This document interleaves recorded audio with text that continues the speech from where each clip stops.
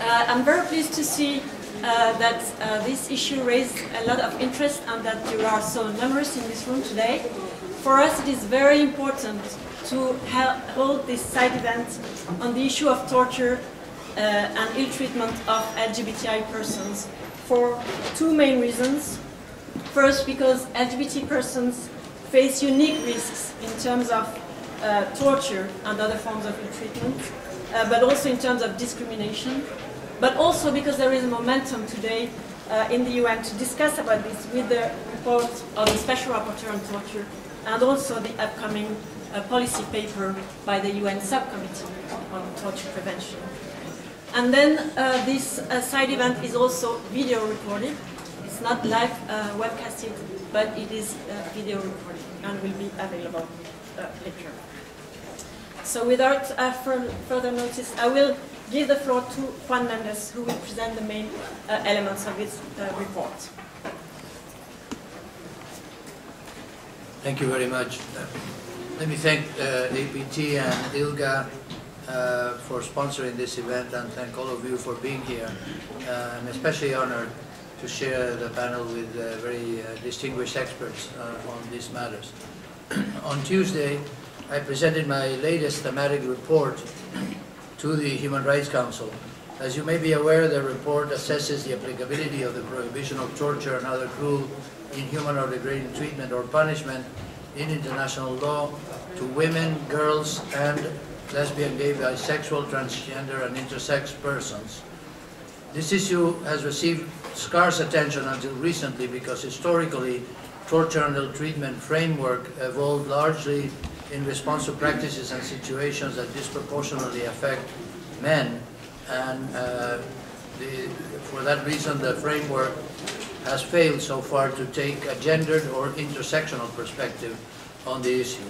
I'm very pleased to have this opportunity to highlight and reflect on the unique experiences of LGBTI persons, both in the criminal justice system and in non-penal settings, as they are disproportionately subjected to torture and other ill treatment, and they experience torture and ill treatment in very distinct ways. My report also aims to identify gaps in prevention, protection, access to justice and remedies, and to provide guidance to states on their obligations to respect, protect, and fulfill the rights of all persons to be free from torture and ill treatment. I have to say that in the interactive dialogue, several states, many states reacted very positively and very encouragingly to my report. But there were several states that took the floor to criticize my report for supposedly taking on controversial issues and issues that supposedly were not the subject of agreement between the states. So I responded by saying first that the purpose of the thematic report is not to describe what we all agree upon, but precisely to generate discussions and debates about what we should be agreeing upon. And second, I said, even having said that, there are two principles in international law that are indisputably part of international law. One is a principle of non-discrimination. And the principle of non-discrimination is in the International Covenant on Civil and Political Rights, and it says explicitly that it's discrimination on the basis of race, national origin, religion, etc., but also other bases. And of course, gender discrimination is acquiring a status of customary international law anyway, just like racial discrimination. And the debate is whether the discrimination on the basis of sex or of gender includes discrimination on the basis of LGBTI status or not. That's a debate that we can have, but the principle is very much already part of an agreed upon consensus. And the other principle that undoubtedly has universal consensus is the prohibition of torture and other ill treatment. It's even beyond customary international law. The prohibition of torture and ill treatment is an imperative norm of international law, a jus cogens norm. And so the report, all it does is to link those two principles and apply them to specific situations. Beyond that, of course, it does seem to me that we need to generate further discussion on this to get to a very clearly universal level of acceptance of the topics that my report described. LGBTI persons who are deprived of their liberty are at particular risk of torture and ill treatment, both within the criminal justice system and in other contexts, such as immigration detention, medical establishments, and drug rehabilitation centers. LGBTI persons report higher rates of sexual, physical, and psychological violence in detention than the general prison population. This violence may be inflicted by other prisoners or directly by law enforcement authorities and prison staff. What's more, many LGBTI inmates cite the fear of reprisals or a lack of trust in the complaint mechanism as preventing them from reporting such abuse. The general stigmatization that LGBTI community faces in society also contributes to a situation where victims are afraid to speak up. This leads to a vicious cycle wherein perpetrators are not held accountable and impunity is perpetuated, which leads to even more abuses. Authorities have a responsibility to take reasonable measures to prevent and combat violence against LGBT detainees by other inmates. Yet, while states have an obligation to protect LGBTI detainees, they must not do so in a way that violates their human rights or infringes on the prohibition of torture and other ill treatment. For instance, by placing persons in administrative segregation or solitary confinement, supposedly for their protection, or by holding them in substandard or different or more restrictive conditions than the rest of the prison population. Furthermore, structural and systemic shortcomings within the criminal justice systems have a particularly negative impact on marginalized groups. Criminal justice systems tend to overlook and neglect their specific needs at all levels. For example, transgender persons tend to be placed automatically in male or female prisons or wards without regards to their gender identity or their expression of choice. Humiliating and invasive body searches may also constitute torture or ill treatment. In states where same-sex sexuality is illegal, men suspected of same-sex conduct are subjected to non-consensual anal examinations intended to obtain physical evidence of homosexuality, a practice that amounts to torture or other ill treatment and is medically worthless. Body searches can also be fertile grounds for abuse and humiliation, especially of transgender detainees, and I would, for example, recommend giving all transgender detainees a choice of being searched by a male or a female officer. In the healthcare setting, states' due diligence obligations to prevent, investigate, prosecute, and punish violations, of course, extends to healthcare professionals that work in public and even in private facilities. However, research has shown that LGBTI persons are frequently denied medical treatment and subjected to verbal abuse and public humiliation, psychiatric evaluations, forced procedures such as sterilization, so-called conversion therapies, hormone therapy, and genital normalizing surgeries under the guise of reparative therapies. These procedures are rarely, if ever, medically necessary, lead to severe and lifelong physical and mental pain and suffering, and can amount to torture and ill treatment. In terms of private acts of violence against LGBTI persons, LGBTI persons are also disproportionately subjected to violence by private actors for not conforming to socially constructed gender expectations. Discrimination and violence against LGBTI persons extend into the family sphere and can include placement in psychiatric institutions, forced marriage, and honor-based violence. Across the world, private individuals inflict torture and other ill treatment on LGBTI persons in a climate of impunity, as states fail in their due diligence obligations under international human rights law to combat, prevent, and remedy abuses. Research has shown that there's a clear link between criminalization of the behavior of LGBTI persons and homophobic and transphobic hate crimes, police abuse, torture, family and community violence, and stigmatization. Laws that criminalize private behavior between consenting adults foster a climate in which violence against LGBTI people by both state and non-state actors is tolerated and met with impunity. Rape and other forms of sexual violence, for example, are perpetrated both by state actors and private actors and can amount to torture and ill treatment. Rape constitutes torture when it is carried out by, at the instigation of, or with the consent or acquiescence of public officials. Torture and ill treatment of persons on the basis of actual or perceived sexual orientation or gender identity is particularly rampant in armed conflict and perpetrated by state and non-state actors alike, with rape and other forms of sexual violence sometimes being used as a form of so-called moral cleansing of LGBTI persons. Outside conflict settings, sexual violence, including the practice of corrective rape, uniquely affect LGBTI individuals. As a conclusion, let me say that today the torture protection framework must be interpreted against the background of the human rights norms that have developed to combat discrimination on the basis of sexual orientation or identity and violence against women. Most importantly, states have an obligation to enact legislation that prohibits discrimination by public actors and private parties, including through hate crime laws that address homophobic and transphobic violence, and to ensure that existing laws apply to all persons equally, regardless of sexual orientation and gender identity.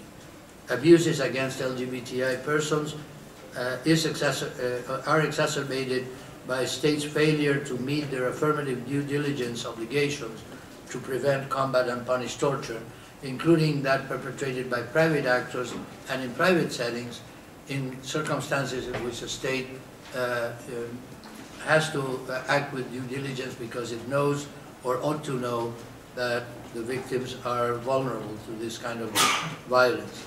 States cannot evade their obligations by hiding behind explanations or excuses about dominant attitudes in their jurisdiction, culture, tradition, or religion. But they should actively pursue and promote public education campaigns, training, and other efforts to combat discrimination and abusive practices at all levels, and both within and outside government. It is also imperative to implement effective complaint or enforcement procedures and put systems in place for quantifying acts motivated by discrimination against LGBTI people. I hope that my report can play a part in prompting changes in policies and practices that encourage, foster, or directly support violations of the human rights of LGBTI persons around the world. And I look forward to continuing to work together with advocates and other stakeholders in addressing these important issues. Thank you very much. Thank you very much, Juan, for this very thorough overview of all the issues that LGBTI persons are facing regarding the torture and the treatment, and putting it back in the international framework of the absolute prohibition of torture and the prohibition of discrimination. I now give the floor to Victor Madrigal, who will focus more on the issue of LGBTI persons deprived of their rights. Good afternoon. Barbara, what did I do to you that you make me talk after Juan Méndez? It's, talk about a tough act to follow.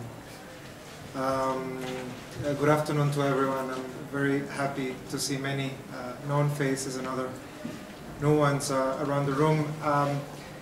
Those of you who know me know that I've been tasked by my colleagues at the subcommittee with exploring issues concerned with prevention of torture and LGBTI persons.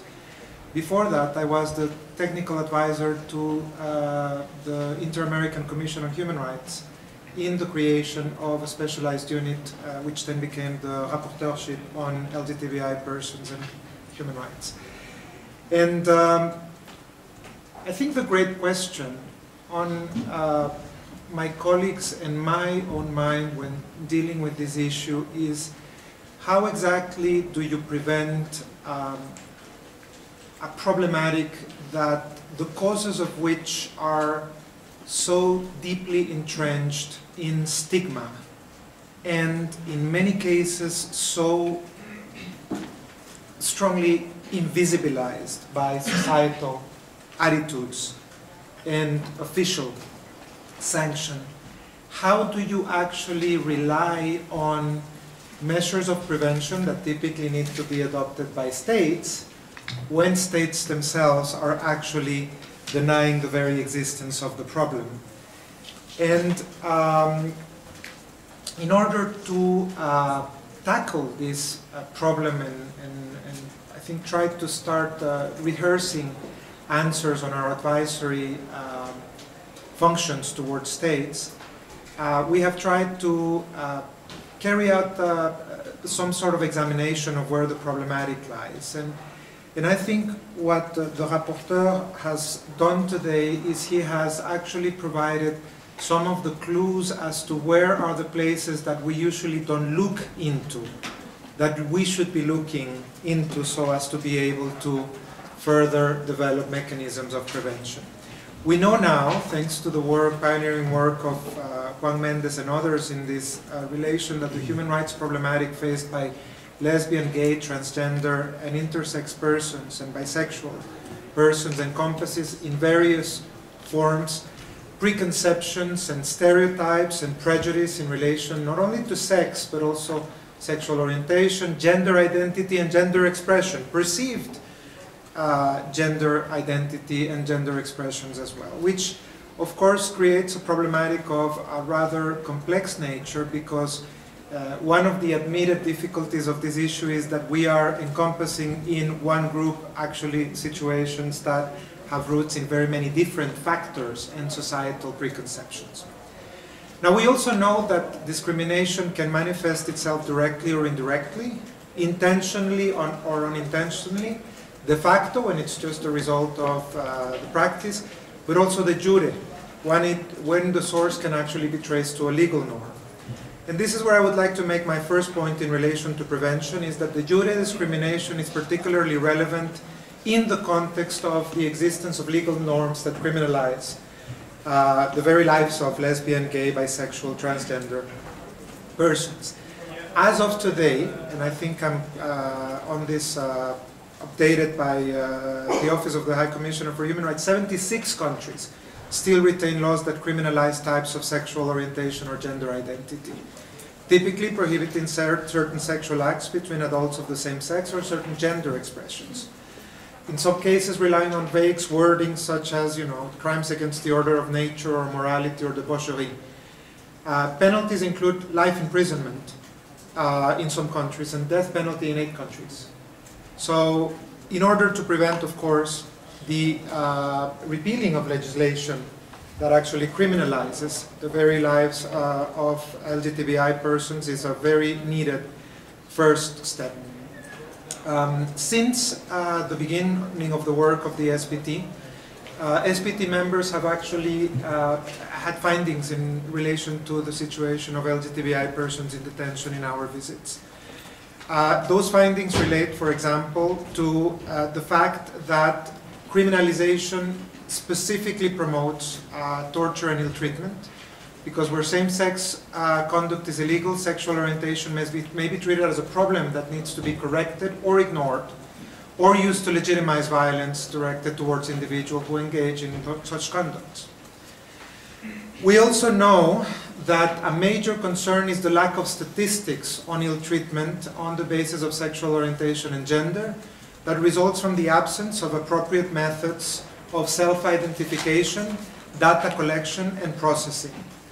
This systemic failure in data collection often results in virtual invisibility of the concerns and problems of lesbian, gay, bisexual, transgender, and intersex persons, and in particular in situations of deprivation of liberty. We know, and on this the findings of the Special Rapporteur are actually precious, that LGBTI persons often experience serious discrimination even before arrest, and you can trace acts of discrimination and violence in all of the flow of justice in the contact of the criminal system. Arbitrary detention may occur as the result of homophobic or transphobic bias. Just one statistic in this respect. About 7% of transgender persons participating in one study reported having been arrested or held in a cell owing to the bias of police officers. And this is a prejudice that is often reinforced by difficulties deriving from lack of identification papers or documents that correspond to their apparent gender. A number of reports refer to the use of degrading language, contact and treatment during arrest, and with very few exceptions, we always find that state officers are not trained on the needs of LGBTI persons, and there are no institutional policies and methods to adequately address self-identification, classification, risk assessment, and placement. This results inevitably in violence against persons and the lack of access to necessary resources and services such as physical and mental care.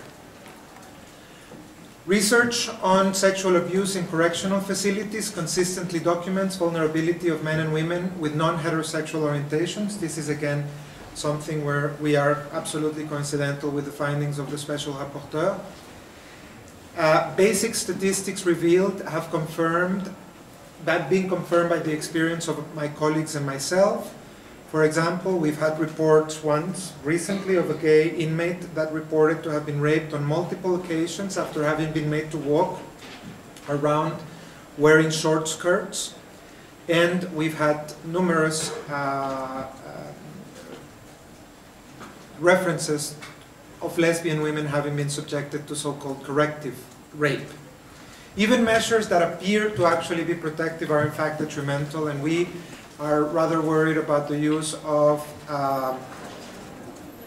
the reliance by authorities on prolonged periods of protective custody, isolation or solitary confinement as possible perceived measures of protection. These measures are extremely taxing on the persons, and they actually restrict right to access to education, work, and program opportunities, and they affect good credit and parole opportunities, and therefore they need to be regarded with great caution, again, as also stressed by the Special Rapporteur. We also know that there is a situation of complete abandonment of transgender women and men in detention, and particularly an absolute lack of understanding of the needs on the health aspect. And this is something that, of course, worries us very much in relation to our mandate. We often think of the problematic that is faced on prisons or police stations, but we also need to remember and place attention to detention in, for example, health-based contexts, where problematic, as we know, can reveal itself from situations that are clearly outside the realm of the law. For example, so-called reconversion clinics, where lesbian women and gay men are subjected to corrective rape and other measures, including forced treatment, which of course we consider very worrying.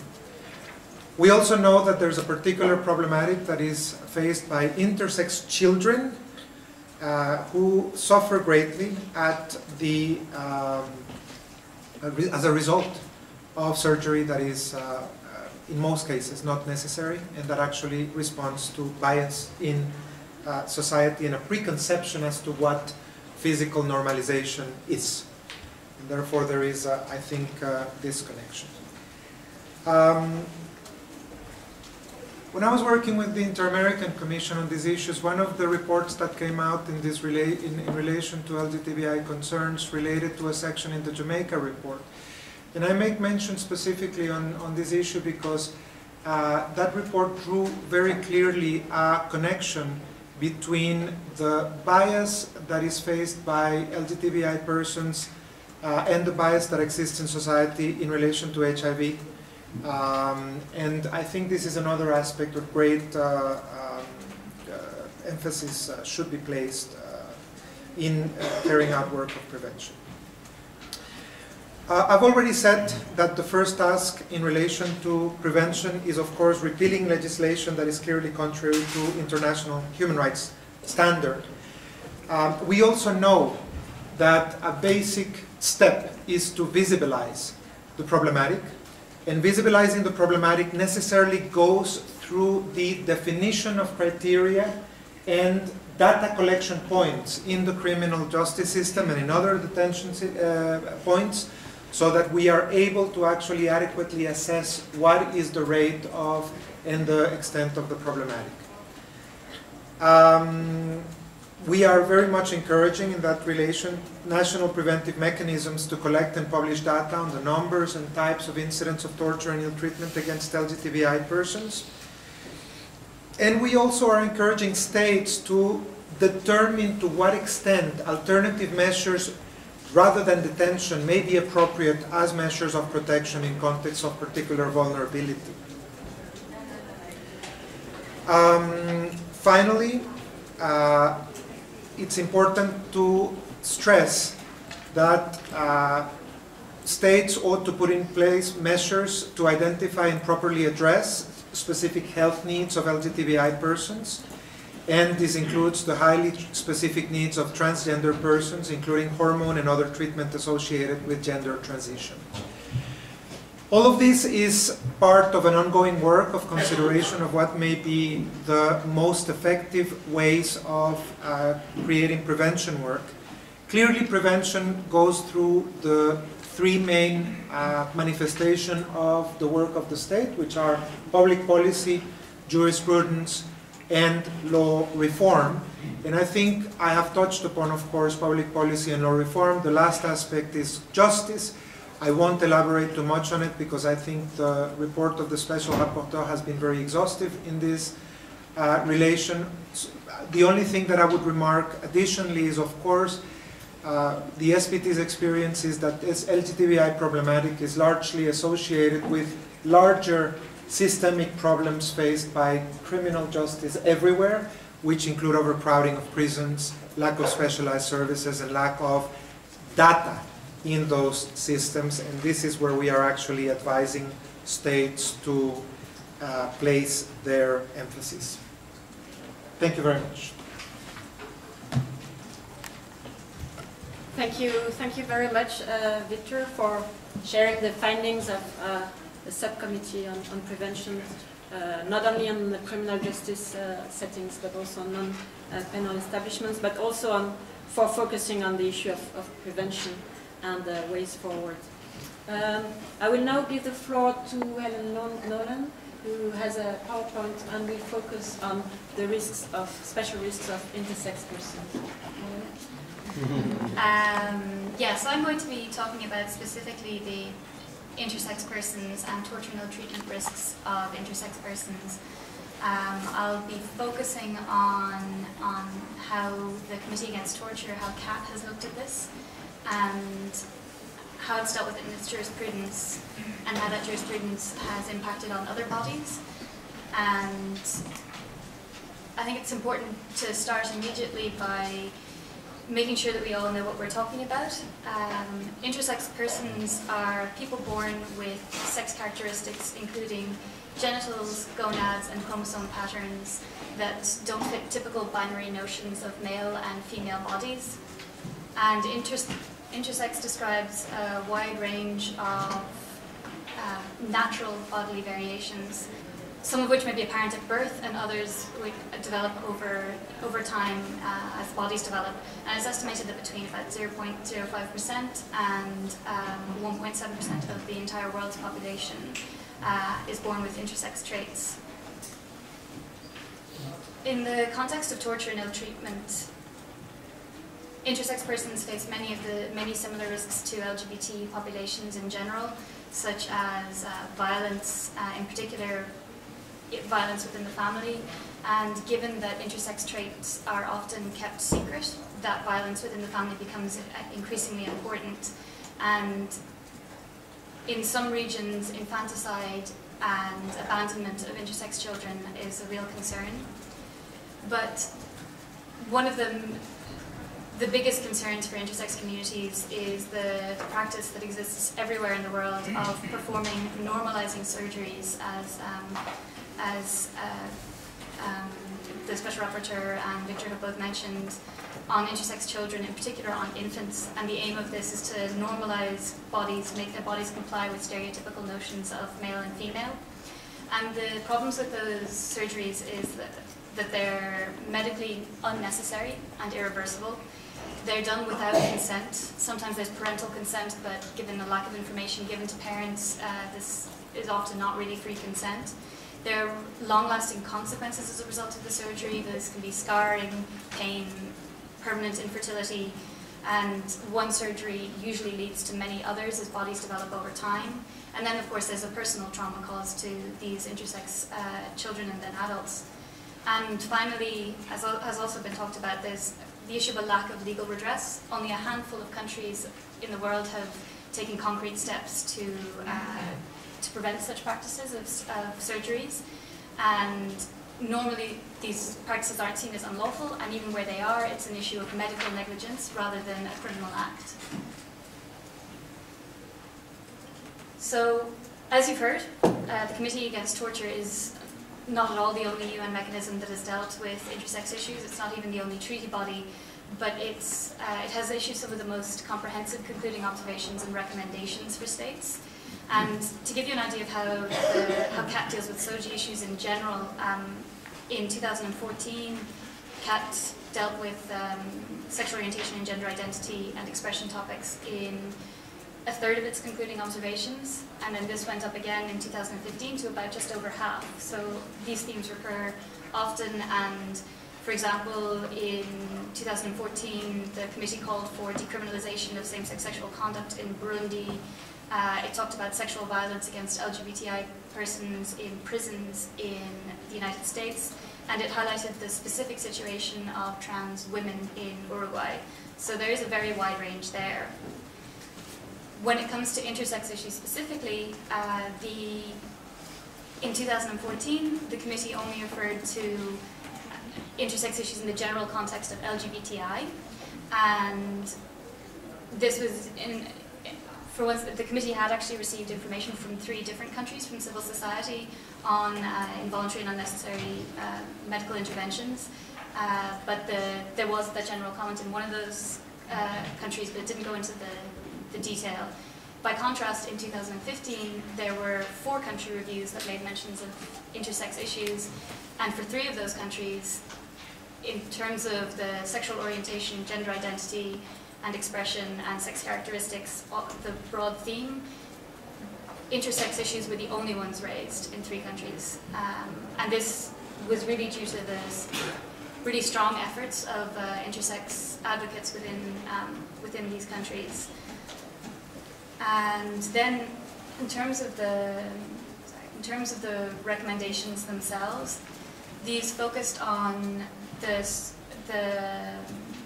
unnecessary surgeries and medical treatments and a lack of legal provisions for redress. And the concrete recommendations that came out of it were, firstly, to guarantee respect for the physical integrity and autonomy of intersex persons, to prohibit surgeries intended to decide the sex of the child, to provide counselling for intersex children and also their parents around what intersex means and the possible consequences of any surgeries, to ensure full, free and informed consent, and then finally to perform investigations where there was any information on surgeries having taken place without consent, and to, following that, seek compensation for the victims. Looking at this particular context, it's interesting to see how these issues have been raised, and I think it's interesting that you can see how trans issues could be raised in this context as well, and Yuri will be presenting in more detail, and I think it becomes clear then. And in a separate mechanism, because we've been talking about country reviews here, there are also the individual communication, so bringing a case for a specific person to the Committee Against Torture. And last year, the committee did make a decision in one case, finding that the refoulement, the return of a Ugandan LGBTI rights defender to Uganda would be in breach of the convention, which as a decision itself is of course very useful and very interesting, but it also reminds us that there's a tool there that can be used by specific individuals, trans or intersex persons, for example, where there's a state failure to investigate or prosecute acts of ill treatment or torture. Then very briefly to look beyond CAT, the impact that CAT has had on other treaty bodies. The Committee on the Rights of the Child has been very active as well on intersex issues over the last few years, framing it in the context of harmful practices, so similar to things like female genital mutilation.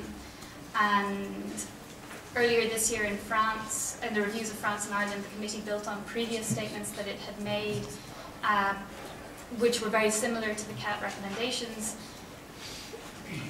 talking about training for not just the doctors or the usual actors that we'd see, but also social workers and counsellors, taking a very comprehensive look at who would be involved in these decisions and in the lives of the children moving forward. And they also called for data collection, which, as you can see in all of these situations, we don't have the data.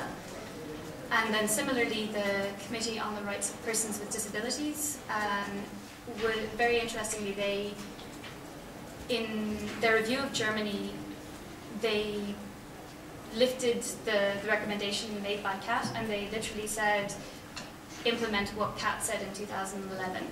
They also added their own recommendations, but they were very much just turning to the guidance that already existed from the Committee Against Torture.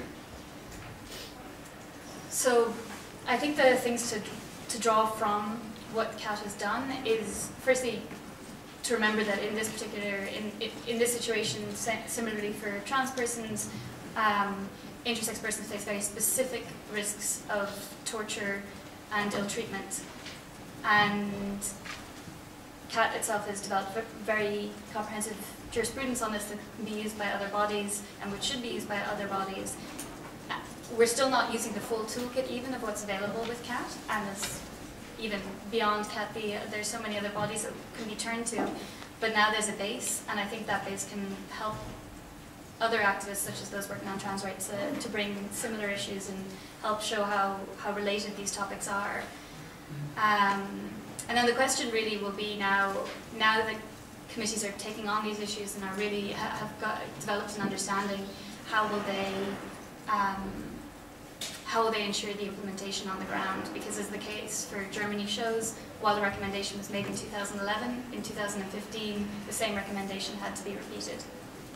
Thank you. Thank you. Thank you. Thank you very much. This was a very interesting presentation on the specific risks faced by intersex persons, but also opening up the toolbox of possible actions with other treaty bodies, and in particular with the CAT. Thank you to ILGA. I'm conscious of the time, and now I will please to give the floor to Yuri, who will share his experience and focus on the reality in the ground in Ukraine faced by trans persons. Thank you all. It's an honor for me to be here. I'm Trans Program Coordinator inside NGO. It's LGBTQI organization in Kiev, Ukraine. I want to tell you briefly about the situation of trans persons in Ukraine, and especially about treatment in medical institutions that can be qualified as ill treatment and torture. Legal gender recognition process in Ukraine is very difficult for trans people.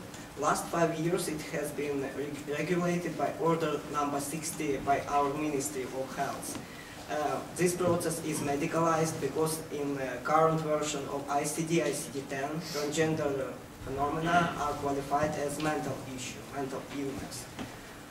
Legal gender recognition procedure in Ukraine includes several stages and requirements. Many of them are really problematic, and some of problematic points. First of all, it's a mandatory psychiatric evaluation in closed mental institution from 30 to 45 days to confirm or reject diagnosis transsexualism. Such evaluation, such examination is not necessary. It cannot be justified on medical grounds. And we know 2 cases when people had to undergo this evaluation twice because our medical professionals were not sure that they are really trans. Also, we have a requirement that person seeking legal gender recognition have not been married or have biological children under 18, non-adult. Also, in Ukraine, trans people don't have a right to adopt children. Also, we have sterilization requirement. It's not directly mentioned in order, but it exists in practice, unfortunately.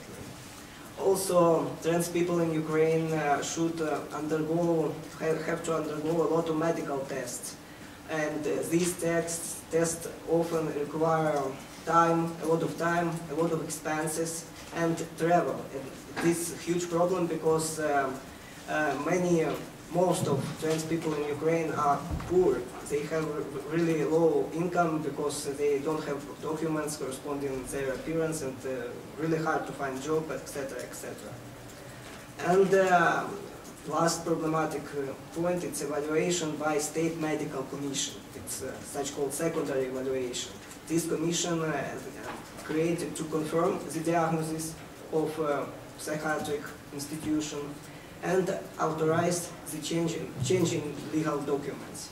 They issue special medical certificate, and with this certificate, people can go to registry office and change their gender marker. And now I can focus your attention at the conditions and treatment in psychiatric institutions. Trans people have to spend a month in gendered wards. Trans women with male patients and trans men with female. And it's extremely uncomfortable psychologically for most trans people, and it can be dangerous for them because many patients are transphobic. And examples. One transgender woman told us that her stay in psychiatric institution felt like detention because institution forced her to live in high security ward, male ward, with bars on windows, with metal doors. She could walk only in a small yard, 45 minutes a day. She said also that toilets and bathrooms in that institution didn't have locks, and that made her feel really unsafe. And this woman told us that doctors didn't allow her to take female hormones. And trans women and men also who have been taking hormones on a daily basis can suffer withdrawal symptoms like headaches or hot flashes if they discontinue this process. This woman said that in order to avoid experiencing these symptoms, she had to smuggle hormones into the ward and take them in secret. Other problem is disrespectful attitude. For example, one trans woman told that doctors forced her to talk to medical students about her sexual practices. And they explained that it's part of the procedure. It's like two examples about psychiatric institutions.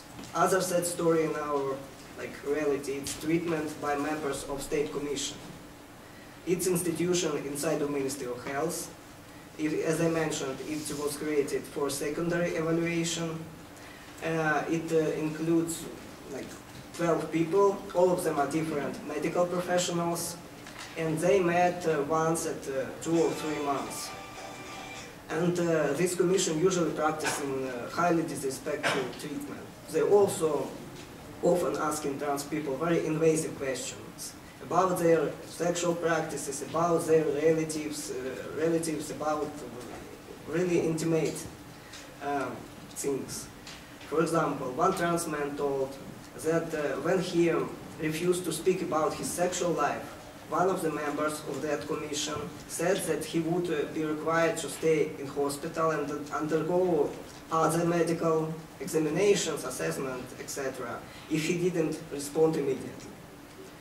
And he was also asked whether this trans man would continue doing the same sexual practices if he had his uterus removed.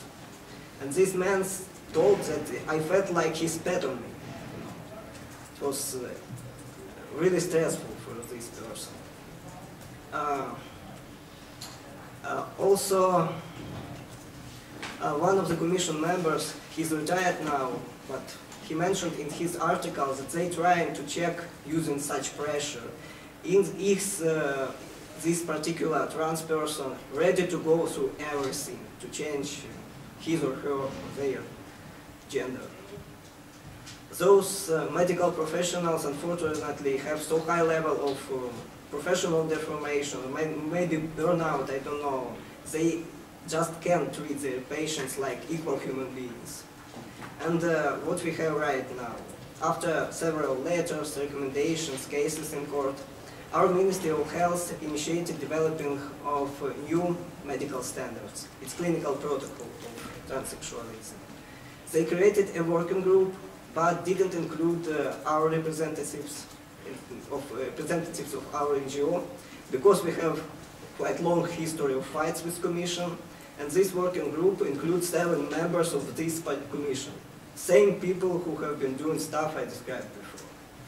And that's one of our big concerns. And approximately a week ago, they published a draft of new medical protocol. Now it's at the stage of public discussion. And after that, they have to follow the recommendations, make changes, and adopt it. And we now working on analysis, but what we can say right now, the most important part is missed. It's part about legal procedure and its requirements. And the members of working group mentioned that they prepared draft of new order. So it will be a medical protocol and order. And we didn't see this draft, and anyone have seen it. And we just, so what we need to prevent it, to push somehow on our ministry to publish this draft of this new order and start public discussion and initiate some open process of developing good procedure of legal gender recognition that will be better. And maybe help with some international institutions will be really good for us. Thank you. Thank you, Yuri, for this testimony about the reality of facing trans person in Ukraine, both in terms of medical process, but also the reality of the deprivation of liberty in psychiatric institution. There is 5 minutes left. I'm afraid maybe I will take 2 questions, or 2 or 3 questions if there are questions from the ground, and then we will allow for a very short responses by the panel. Yes, Brazil, and another, maybe Brazil and Thailand. Yes, and then we'll give the floor back to the panelists. Brazil, please. Thank you, and let me thank the organizers for convening this very important event and addressing such a crucial issue. I'm particularly pleased that the panelists addressed questions which may not be usually thought of, or acts which may not be usually thought of as torture, but certainly are to the people that are directly affected. Brazil, along with Chile, Argentina, Colombia, and Uruguay, is part of a core group in the Human Rights Council that tries to raise awareness and promote the rights of LGBTI persons through exactly the point of view of non-discrimination, that people should not be discriminated by their sexual orientation or gender identity. We believe this is a very important issue that should remain in the Human Rights Council agenda, and we need to raise the profile of this matter as much as possible. And this is the question that I would like perhaps to hear from the panelists, how the member states and the Human Rights Council can proceed to keep this issue under discussion by the Human Rights Council, and in particular, I think that the angle that was discussed here regarding torture. Thank you. Thailand, please. Yeah, Yes, thank you very much. First of all, I'd like to thank all the panelists for their very useful information. I'd just like to update the participant about the development in Thailand, because last 2 months we just have officially discuss about the issue of LGBTI in the justice procedure for the whole process of the justice procedure, and of course in the meeting, lots of problems came up in the meeting, and then we decided that next month we will set up the specific committee to monitor the situation of LGBTI person in the criminal justice procedure. This is also include the prison, detention, and also the drug rehabilitation, something like this, all for the whole process. But we have one question to the panelists about the. Can you give some example about the alternative measure for the detention for the treatment of LGBTI? Because in the report of the Special Rapporteur, you mentioned you will suggest the state to consider the alternative detention or alternative measures to detention to apply to the LGBTI person. So can you just give me some more examples on this? Thank you. Thank you very much for these two questions. I will give the floor back to the panelists for a very short answer on both questions, maybe starting with the Special Rapporteur. Thank you. I really don't know how to keep this issue going within the Human Rights Council, but I can say that you can count on the rapporteurship to continue to press this issue, because although this time we dedicated a report to it, in fact this is a position that my predecessors in the rapporteurship have also taken in the past, and I would hope, of course, that my successor, who will be appointed later this year, will also continue to work on this issue. We feel very strongly, as I said, that the intersection of the non-discrimination and the prohibition on torture applies very clearly here, and it's a matter of highlighting specific examples in which both principles are violated. I think the question about alternative treatment, I think if I understood the question correctly, what we meant in the report was that we meant alternatives to detention. You know, there's some, it's part of the larger question of criminal policy, that there are many offenses or even misdemeanors that should not be treated with detention, and by and large, women, girls, and LGBTI persons are brought into the criminal justice system precisely because of supposed offenses, sometimes real offenses, that are not violent, that should not be treated with the heavy reliance on incarceration that is, breaking the systems of criminal justice, and particularly the prison systems all over the world. I think that's what we meant. Just two very quick notes to add. The first one is what I would warmly invite states and non-state entities to do is to actually follow the statements of the SPT in this regard. I think with the consideration of this specific issue by the SPT, it is likely that it will be dealt with more systematically in reports, position papers, and general reports. My experience is that the second that you actually start looking at a problematic like this, it is truly a tip of the iceberg phenomenon where you start to actually unveil and unpack how extended and difficult and pervasive the level of violations are. And therefore, I think it should be enough of evidence so that states that actually have this will and this interest to maintain leadership will continue to actually do so by maintaining the dialogue open through the visibilization.